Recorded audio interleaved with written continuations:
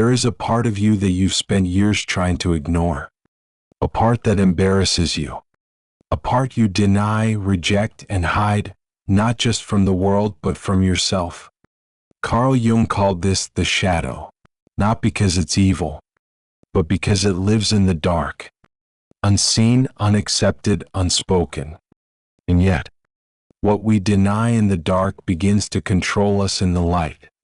In Jungian psychology, the shadow refers to the unconscious aspects of your personality that you don't want to acknowledge. It's made up of everything you've decided is bad, shameful, or unworthy about yourself.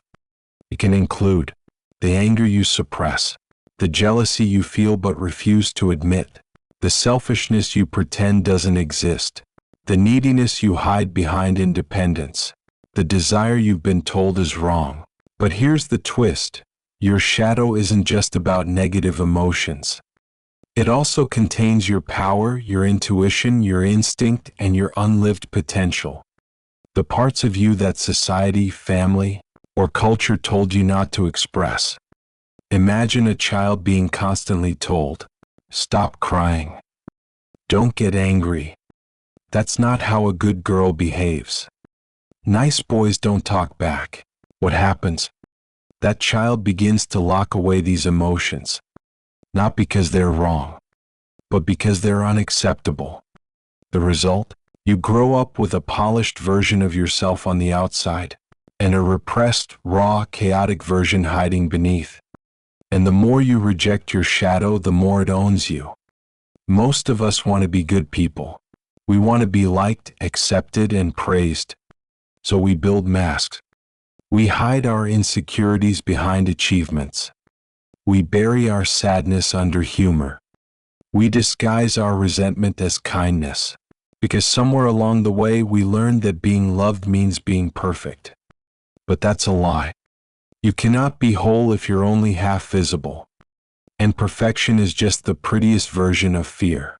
We deny the shadow because we're scared of what we might find there. What if I'm not as kind as I think? What if I'm not as strong as I act? What if I admit I feel envy, anger, shame?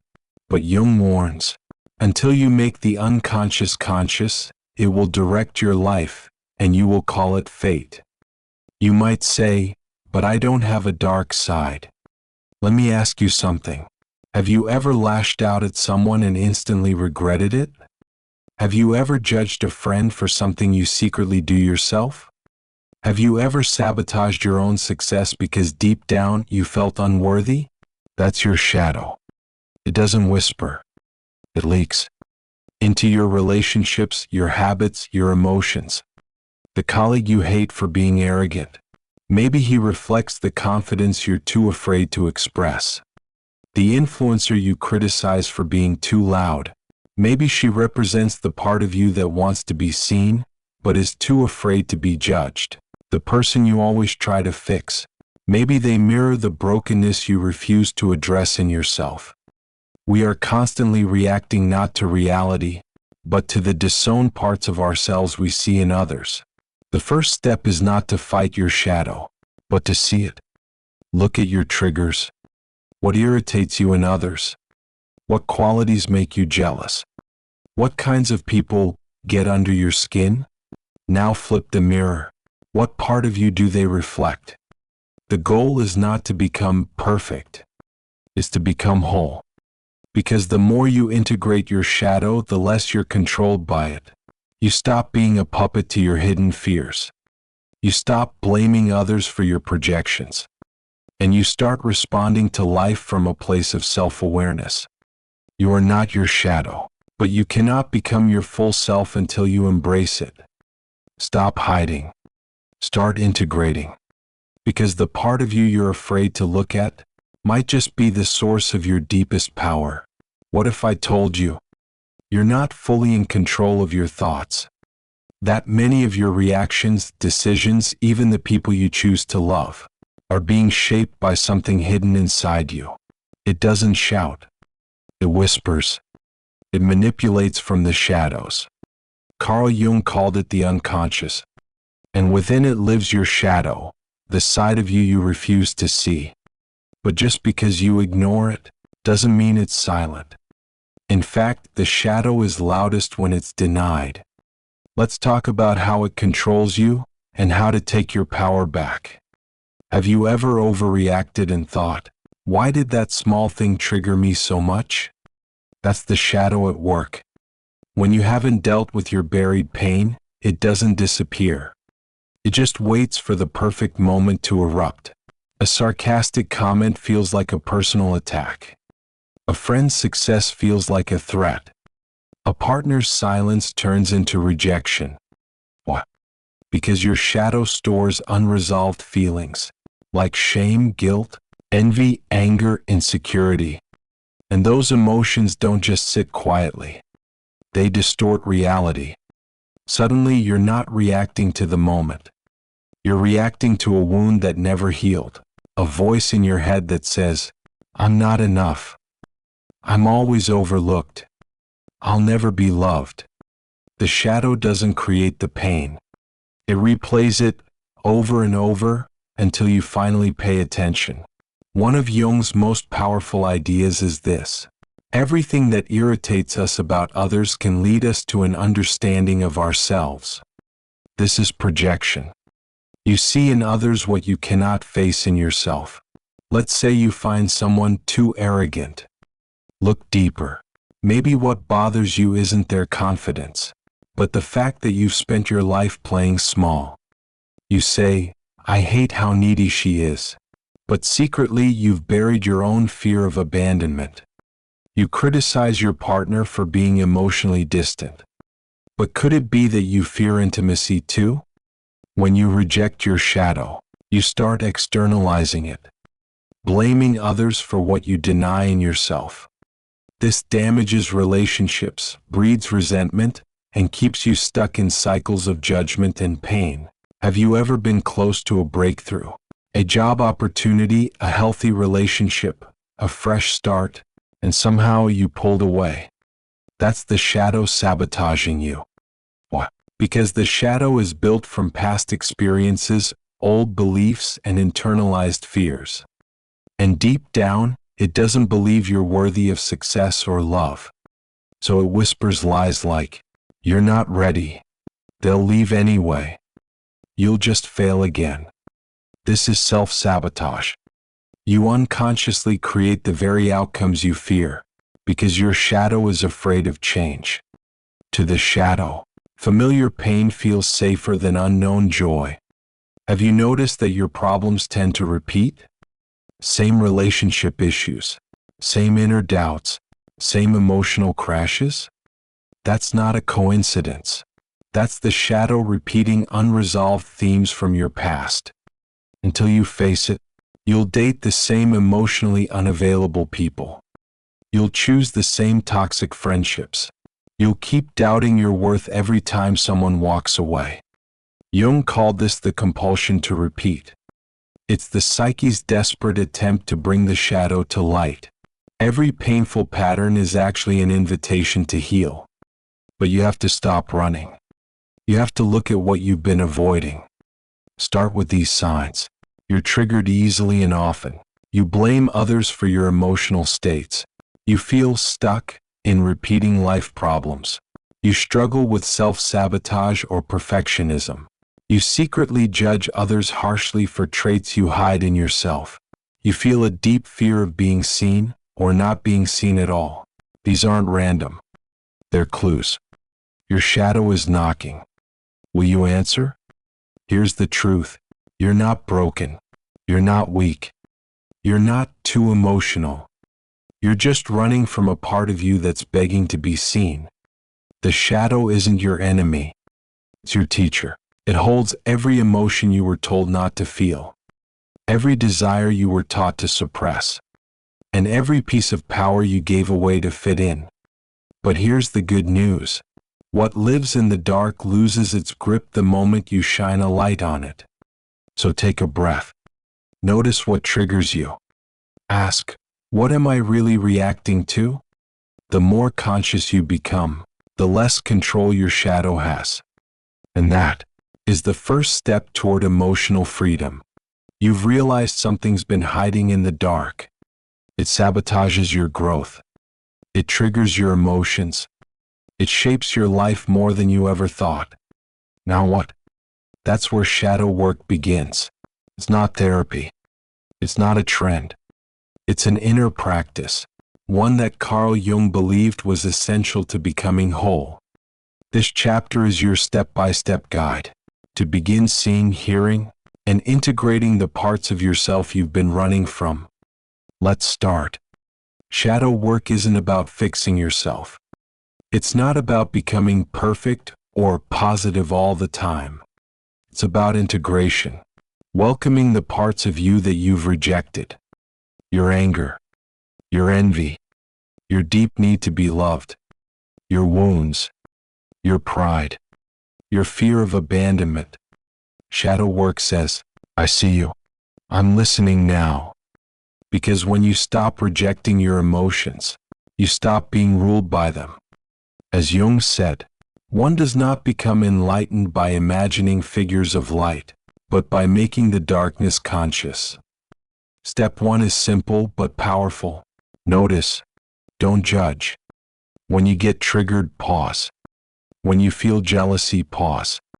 When you lash out or shut down, pause. Ask yourself, what am I really feeling right now? Where did this pattern come from? What part of me is trying to speak? You don't need to fix it. You just need to notice it, because awareness is the beginning of freedom. One of the easiest ways to connect with your shadow is through free writing. No filters, no edits, no right answers. Just write. What parts of me do I hide from others? What am I afraid people might see in me? What emotions do I feel guilty for having? What childhood memories still sting? Let the truth spill out. You'll be surprised how much you've been holding in. Journaling is powerful because it makes the unconscious conscious. In your own words, even just 10 minutes a day can reveal truths you've buried for years. Your triggers are not your enemies. They are road signs. Let's say you feel unreasonably angry when someone talks over you. Ask yourself, when was the first time I felt like my voice didn't matter? Who taught me that being quiet is safer? What belief is being challenged right now?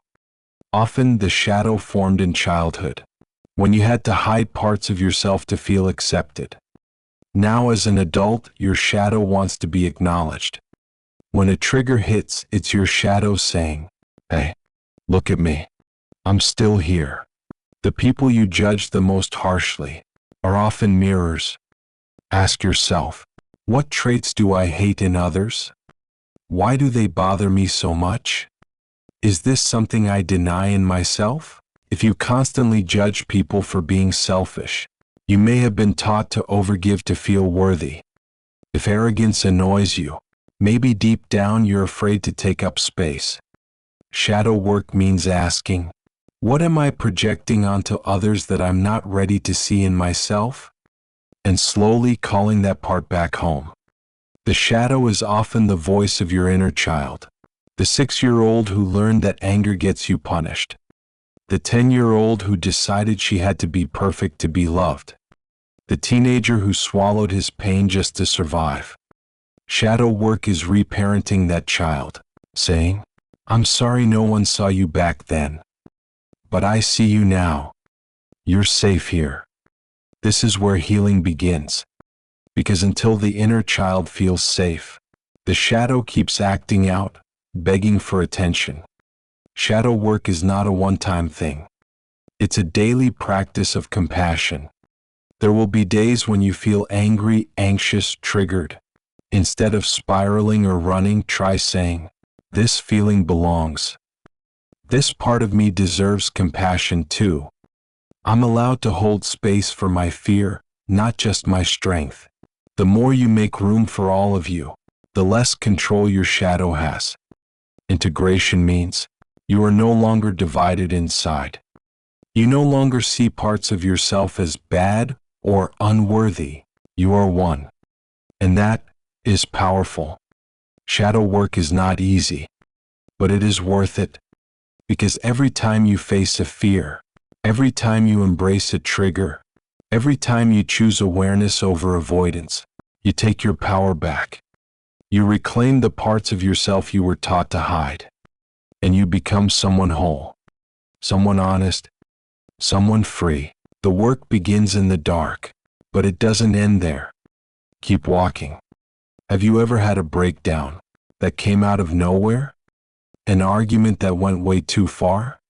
A sudden fear, anger, sadness you couldn't explain? That's not random. That's the shadow. When we ignore it, it doesn't go away. It gets louder.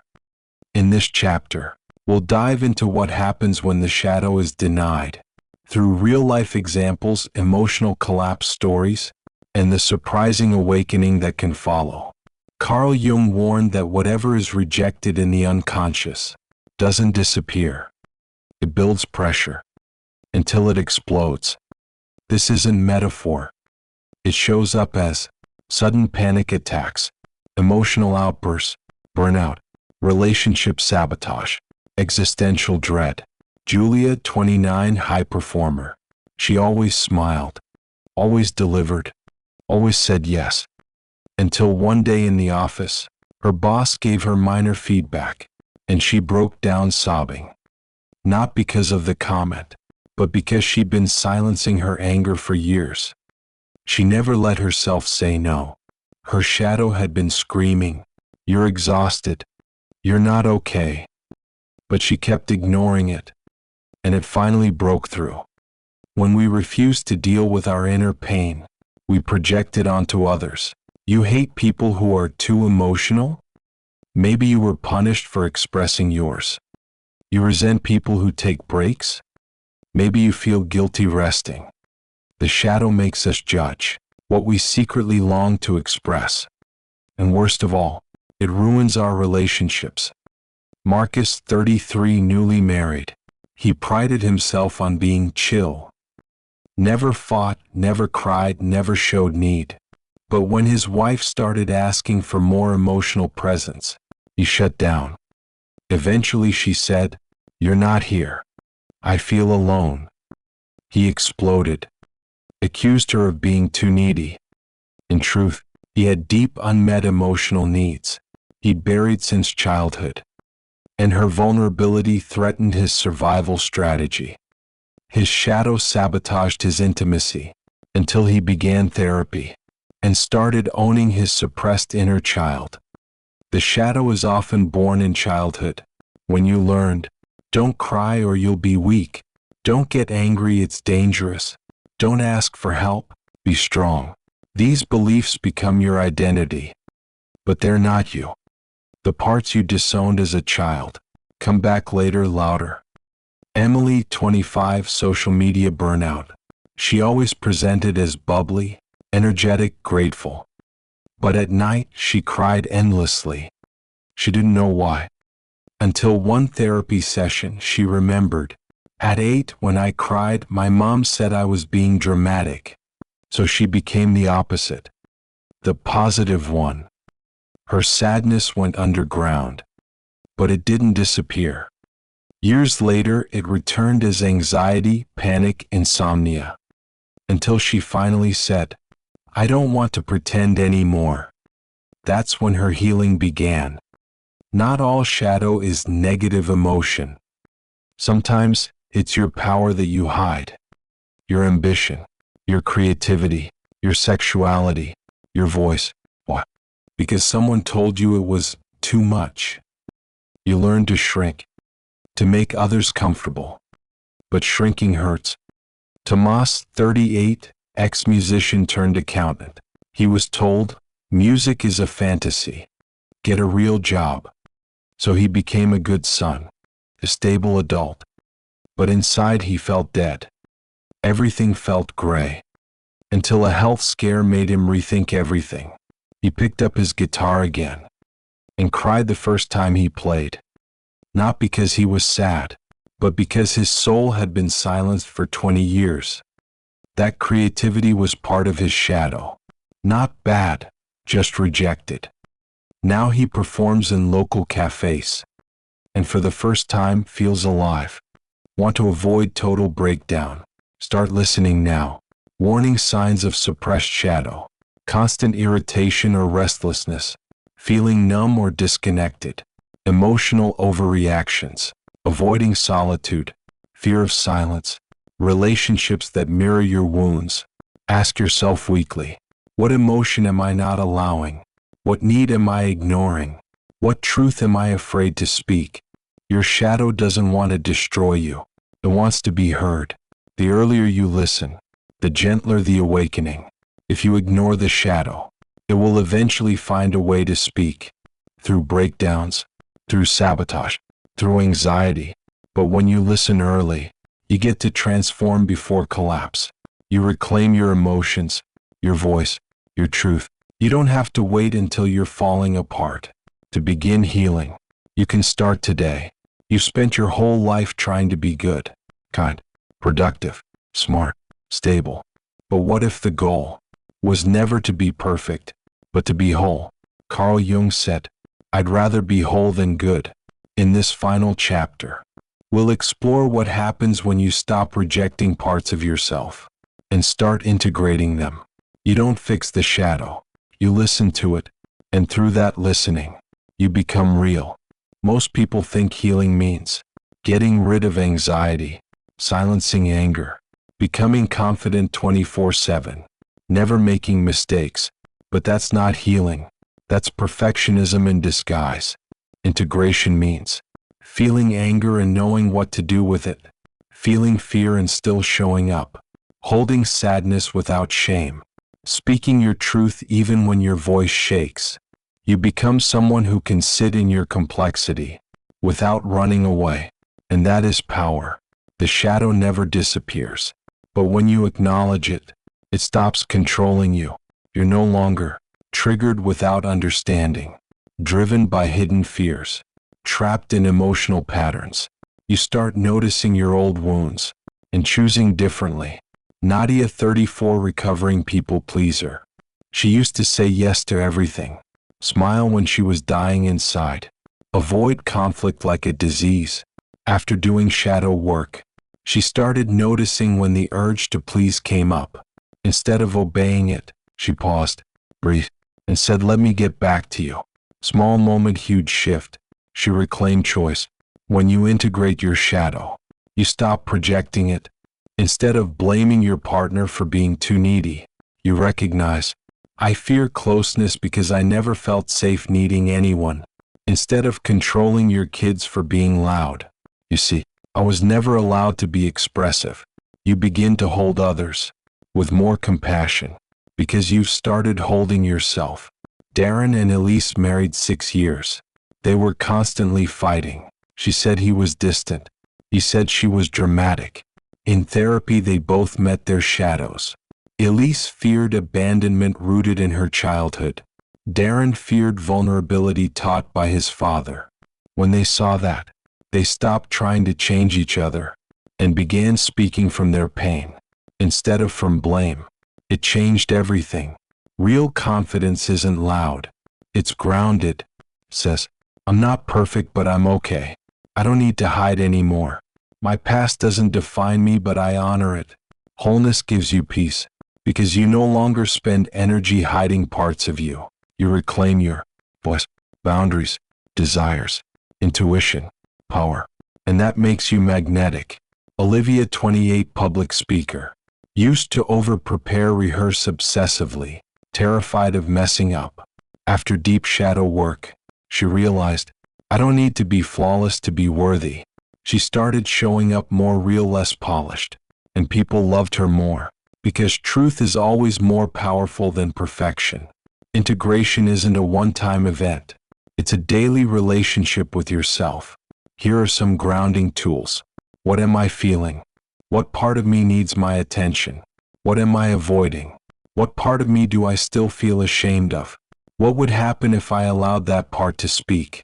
What emotion do I most fear others seeing? Look into your eyes and say, "I see you, all of you, you are safe with me." Sounds strange. Try it. It's one of the most powerful things you can do. Close your eyes. Picture the anxious you, the angry you, the lost you.